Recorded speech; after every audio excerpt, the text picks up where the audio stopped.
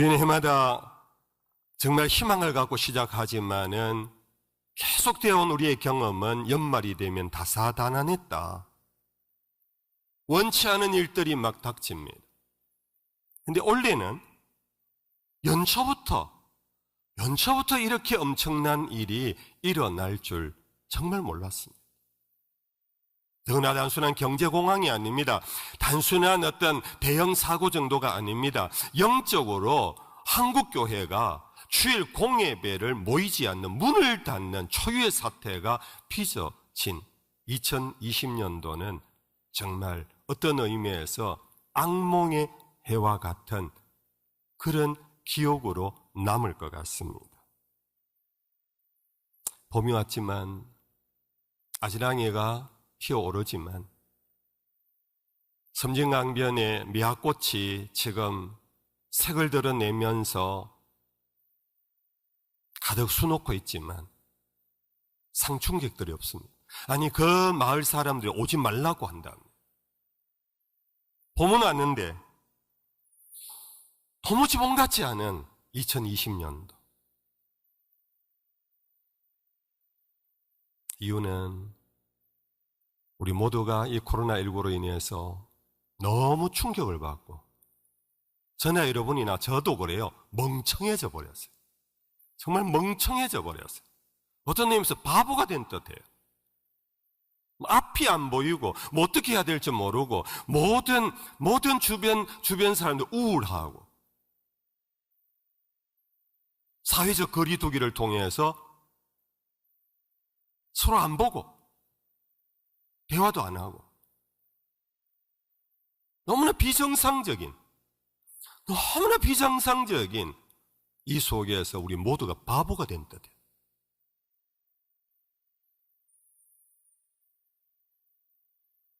정말 아무도 우리의 앞을 모른다 하는 이 사실 다시 한번 느낍니다. 근데 알면 또 대처할 능력이 있을까요? 내일 일을 우리가 안다고 우리가 내일 일을 대처할 수 있을까요? 내일 일을 모르는, 동시에 알아도 대처도 못하는, 오히려 알면 더 불안하고 걱정과 염려에 빠질 뿐, 안다고 별 뾰족한 해결책도 우리 인간에게는 없는, 그래서 인간을 성경에서 말하기를 지렁이 같다고, 버러지 같다고, 티끌이라고, 대단한 것 같이 보이지만은 아침 안개 같다고.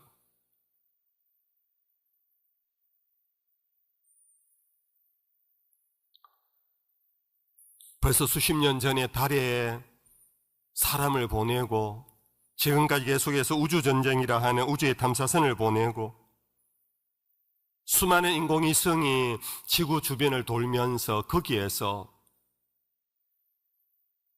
오늘 우리의 내비게이션을 작동시킬 수 있는 그런 초과학 시대를 살면서도,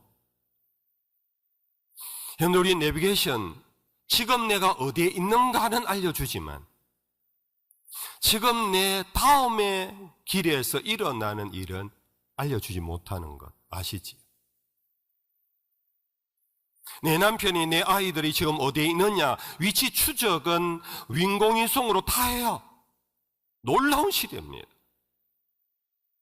과거에 생각지도 못했습니다. 그러나 지금 어디에 있는가는 알려주지만은 우리 인생이 그 다음 무슨 일이 일어날지는 초과학 시대도 알려주지 못해요.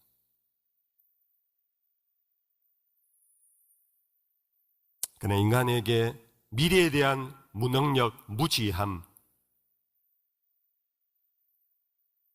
그러나 우리 인간에게는 한 가지 희망이 있는 것은 지나간 일을 돌아보면서 깨닫는 지혜는 우리 인간에게 있는 것 같아요. 지나간 일을 이해하고 깨닫는, 내일은 몰라도 어제 그 일은 무슨 일이었느냐라는 것은 이해하고 깨달을 수 있는 능력은 우리에게 주신 것 같아요. 그러나 그것이 모든 사람에게 있는 것은 또한 아닌 것 같아요. 일단 오늘 본문의 주인공 요셉을 두고 생각해 봅니다. 현재 요셉은 꿈을 꿨습니다. 그러나 꿈은 꿨지만 그 꿈의 앞길은 구체적으로 뭔지는 몰랐습니다. 수십 년이 지난 다음 오늘 여기 창세기 제45장에 요셉은 파란만장한 인생의 질곡을 지나서 애굽의 총리가 된 자리에서 자기 형제들을 만나는 정말 소설로도 쓸 수 없는 참 드라마틱한 장면이 오늘 본문 전후에 나오고 있습니다. 요약하자면 형들의 미움 속에서 시기와 질투 속에서 죽임당할 뻔했습니다. 그러나 어찌해서 그는 종으로 팔려서 타양살이를 했습니다. 거기에서 억울한 눈명을 덮어쓰고 옥에 갇혔습니다. 옥에서 영 나올 수 없었던, 옥에서 그냥 인생 마무리할 줄 알았던 요셉이 여차이차해서 그는 옥에서 풀려났고 나중에 당대의 최고의 제국이었던 애굽의 제2인자가 되었습니다. 요셉은 어릴 적에 꾸었던 그 꿈이 이렇게 될 줄 요셉은 몰랐습니다. 그런 과정 속에서 요셉은 이 형들을 만나리라는 것도 생각지도 못했을 것입니다. 그런데 어느 날 기근을 통하여서 형들이 찾아왔습니다. 요셉은 형들을 알아봤습니다. 순간에 지난 수십 년 동안 자기의 파란만장한 고난의 역경을 돌아보는 중에 요셉의 마음속에 울분이 터졌을 것입니다. 여러분들 어떻게 했을 것 같아요? 우리는 성경을 읽어보면서 그냥 요셉은 선한 사람이라 요셉은 가정을 구원했다라고만 생각하기 쉽지 않겠습니까? 그런데 여러분들 우리는 이 본문으로 들어가서 내가 이 요셉을 바라보면서 요셉이 그렇게만 형제들을 맞이한 것은 아닙니다. 앞부분에 42장에서 형들을 만났습니다. 43장, 44장, 45장 오기까지 그들은 그의 동생을 데리고 오라, 아버지를 데리고 오라 하는 과정 속에서 형들에게 보인 요셉의 마음은 그리 선하지 않습니다. 그 선하지 않다라는 것은 악하다라는 것을 의미하는 것이 아니라 그 형들에 대한 미움 그리고 정오심, 그것 요셉 또한 있었습니다. 의인은 없나니 하나도 없기 때문입니다. 그런데 오늘 이 본문의 앞부분에 보면은 요셉이 1절에 그 형들을 만나면서 그 정을 억제하지 못했습니다. 2절에 큰 소리로 울었습니다. 통곡했습니다. 애굽 사람들에게 들릴 정도로 바로의 궁중에 들리는 통곡을 하는 장면이 나옵니다. 그리고는 그 형제들에게 자기를 드러냅니다. 형들은 소스라치게 놀랍니다. 형들은 무서움에 빠집니다. 자기들이 죽이려고 했던 동생이, 자기들이 팔아 먹어버린 이 동생이 살아있을 뿐만 아니라 지금 애굽의 실권자로 있습니다. 그들의 형들은 죽음의 길이 보였을 뿐, 그러나 요셉은 이 통곡을 통하여서 저는 이 행간 속에 나름 들려오는 보여지는 게 하나 있었습니다. 그것은 그동안의 요셉 속에 가득 찼던 그 미움과 정오심이 상처가 치유받는 통곡의 시간이라는 것을. 그런 그 통곡을 통하여서 형들과의 관계, 부모와의 관계, 지난 수십 년 동안 있었던 그 상처를 털어내는 사건이 바로 형들에게 자기를 드러내기 전에 요셉이 통곡하는, 단순한 울음이 아닙니다. 궁중의 모든 사람이 들을 정도로 통곡을 하는 이 통곡은 요셉의 치유의 시간이었고 치유의 사건으로 보여집니다. 성도 여러분들, 우리도 살다 보면 많은 어려움이 있습니다. 여러분들 마음속에 마음속에 정말로 내 눈에 흙이 들어가기 전에는 나는 용서하지 않으리라, 나는 보지 않으리라 하는 일들도 있을지 모르고, 그렇게까지 극단적인 일은 없다 할지라도 여러분들 마음속에 불편한 마음을 갖고 있는 상처들이 다 있을 것입니다. 그것이 어느 순간 뭔가 부딪히면 그것이 터져 나올 수 있습니다. 그래서 뜻밖의 저 사람이 저렇게 분노를 할 수가 있나, 저 사람이 어떻게 저렇게 인격에 이중성이 저렇게 드러나는가 하는 그것을 우리는 다 갖고 있습니다. 왜 우리는 과거를 보면서 우리는 아킬레스건 앞에서 터져 나오는가? 왜 분노가 터져 나오는가? 왜 인격의 바탕이 드러나는가? 그것은 치료받지 못했기 때문에, 치유받지 못했기 때문에, 털어내는 일이 없었기 때문에. 그러면 그 과거의 일을 이해를 못합니다. 내가 왜 어렸을 때 그랬었는가? 내가 왜 지난 몇 년 전에 그랬었는가? 이해를 못합니다. 왜 자기 속에 울분을 갖고 과거를 돌아보면 해석이 안 됩니다. 미움으로 사람을 보면 해석이 안 됩니다. 정오심을 갖고 지나간 일을 바라보면 도무지 해석이 안 됩니다. 여전히 미움만 있습니다. 여전히 정오만 있습니다. 그래서 여전히 대면하지 않습니다. 여전히 거리를 둡니다. 그러나 요셉은 오늘 형들에게 자기를 드러내는 과정 속에 단 한 절이지만 성경은 요셉의 놀라운 변화, 분기점을 보이는데, 그것은 통곡하는 요셉의 모습입니다. 그는 하나님 앞에서 통곡합니다. 털어냅니다. 하나님의 은총으로 그는 치유받고 있습니다.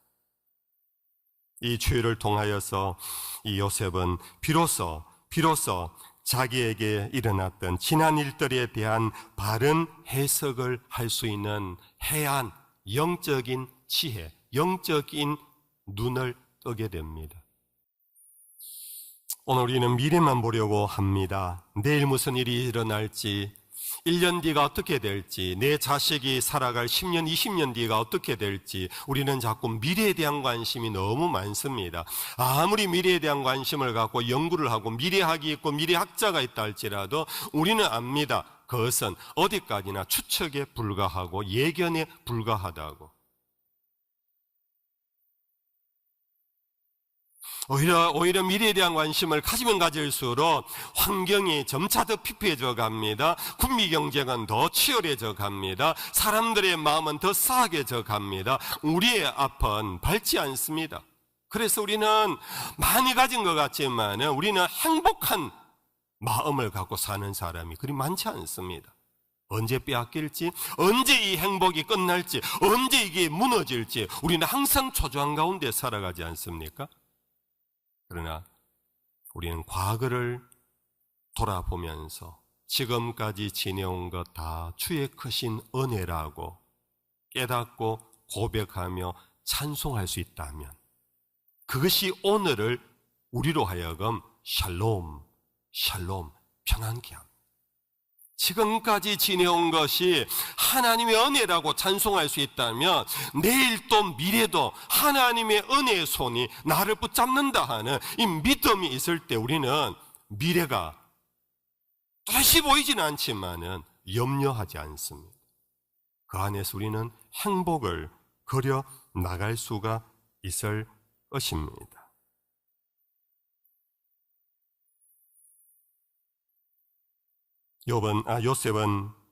요셉은 이와 같은 모습 속에 형들을 부둥켜 안습니다. 형들을 풀어주고 있습니다. 그런 모습은 형들에게만 자유가 아닙니다. 형들에게만 행복이 아닙니다. 요셉 자신의 행복입니다. 이제는 요셉 자신이 오히려 풀렸습니다. 요셉 자신이 이제는 정말 진정, 아무리 총리 대신이 되었어도 외로운 인생 아닙니까?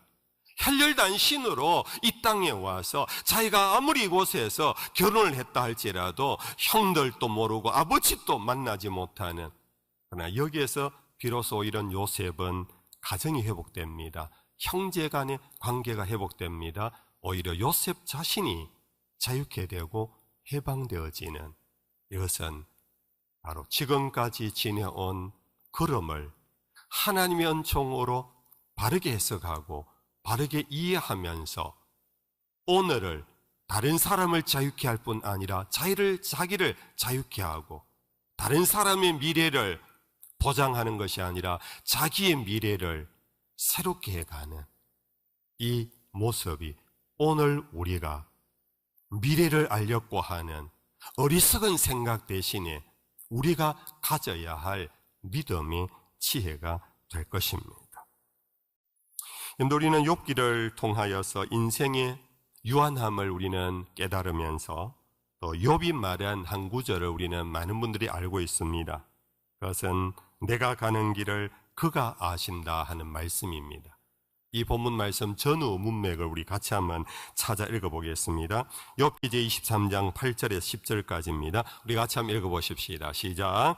그런데 내가 앞으로 가도 그가 아니 계시고 뒤로 가도 보이지 아니하며 그가 왼쪽에서 일하시나 내가 만날 수 없고 그가 오른쪽으로 돌아시나 배울 수 없구나. 그러나 내가 가는 길을 그가 아시나니 그가 나를 단련하신 후에는 내가 순금같이 되어 나오리라. 그런데 욥이 여기 아주 시적인 표현을 했어요.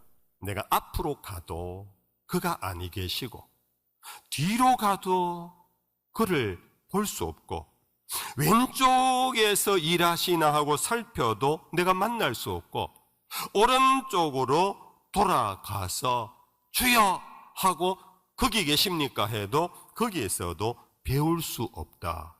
소시적인 굉장히 탁월한 지금 표현을 하고 있습니다. 그런데 이것은 결국 뭡니까? 무엇을 의미합니까? 인생은 자기 전후 좌우를 아무리 살펴 그곳에 하나님이 계신가를 찾는다는 것은 왜 찾느냐 하면은 자기 갈 길을 알고 싶어서 그런 겁니다. 오른쪽에 계시면 그리로 오른쪽으로 가려고, 왼쪽에 계시면 왼쪽으로 가려고, 심지어 뒤에 계시면 뒤로 돌이키려고 찾는다라는 거예요. 그러나 우리 인생은 그렇게 해서 자기의 다음 길을 알 자가 아무도 없다. 오직 나의 가는 길을 아시는 분은 그분, 하나님 한 분뿐이시다. 한 분뿐이시다. 그러므로 괜히 나의 내일을 알렸고 그렇게 발버둥 치지 마라. 나를 아시는 하나님만 전체 의뢰해라. 오늘 내가 살아가는 이 삶이 때때로 단련이 일어나는, 이것은 뭡니까? 금광석을 채취해서 부수고 쪼개고 불에 넣어가지고 그렇게 해서 순금을 만들어내는, 이것이 바로 단련이라는 표현입니다. 그 끝에 나에게 나오는 것은 내가 순금같이 되어 나오리라. 욥이 가졌던 믿음은 이겁니다.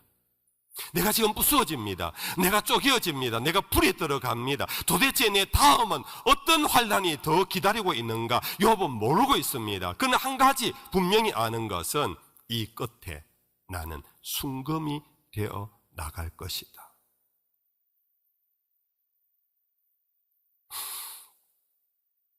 그래서 우리는 이 사순절에 부르며 힘을 얻는 찬송이 하나 있습니다.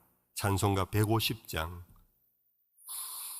그 가운데 제가 3절을 한번 봅니다. 멸시천대 받은 주의 십자가에 내 마음이 끌리도다. 귀한 어린 양이 세상 죄를 지고 험한 십자가 지셨도다.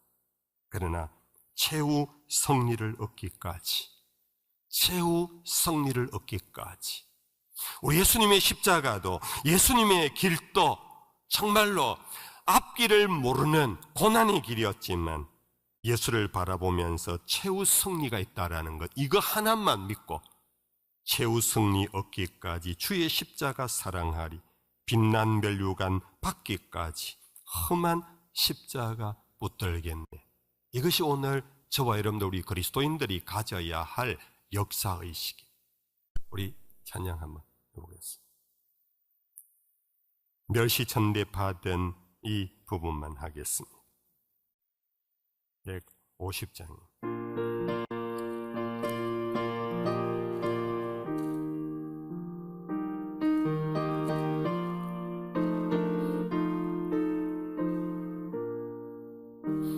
2절이죠. 멸시 전에 받은 주의 십자가에 나의 마음이 끌리도다. 귀한 어린 양이 세상 죄를 지고 험한 십자가 지셨도다.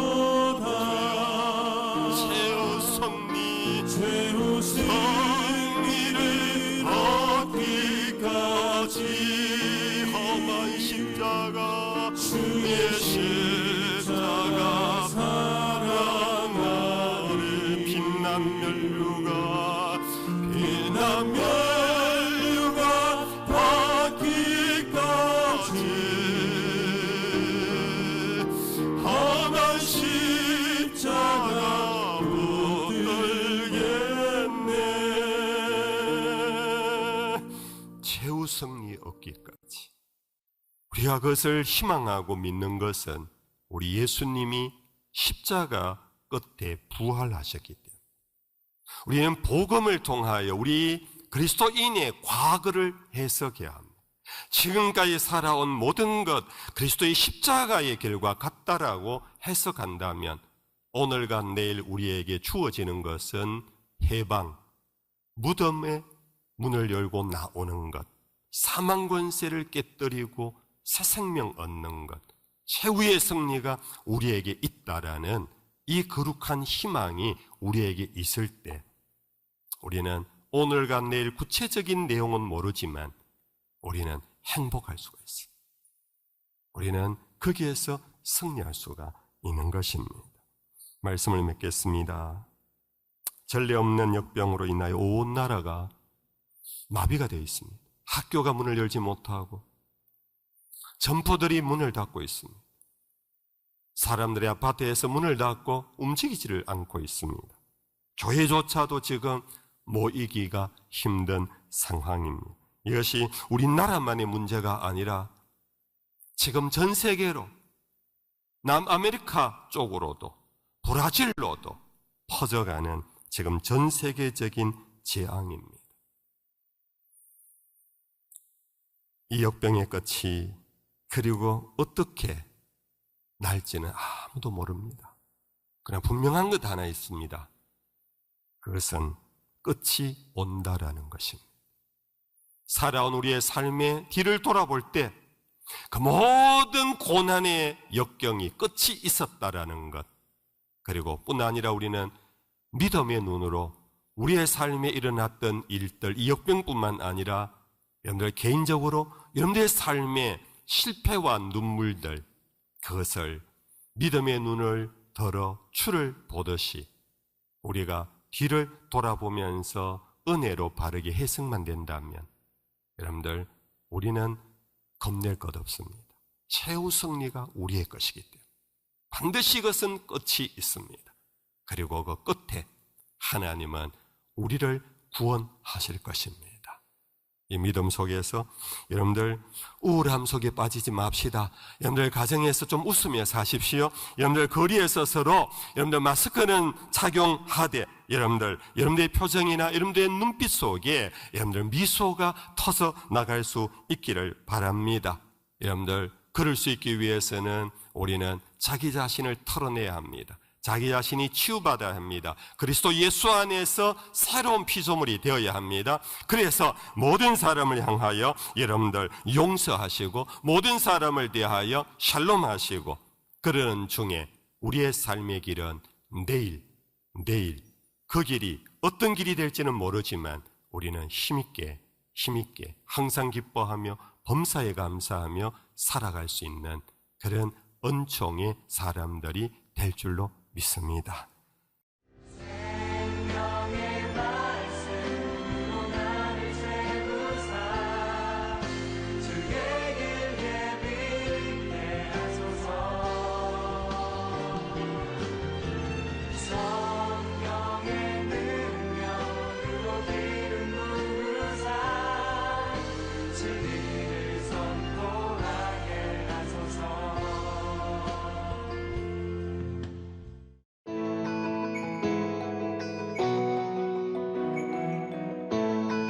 주의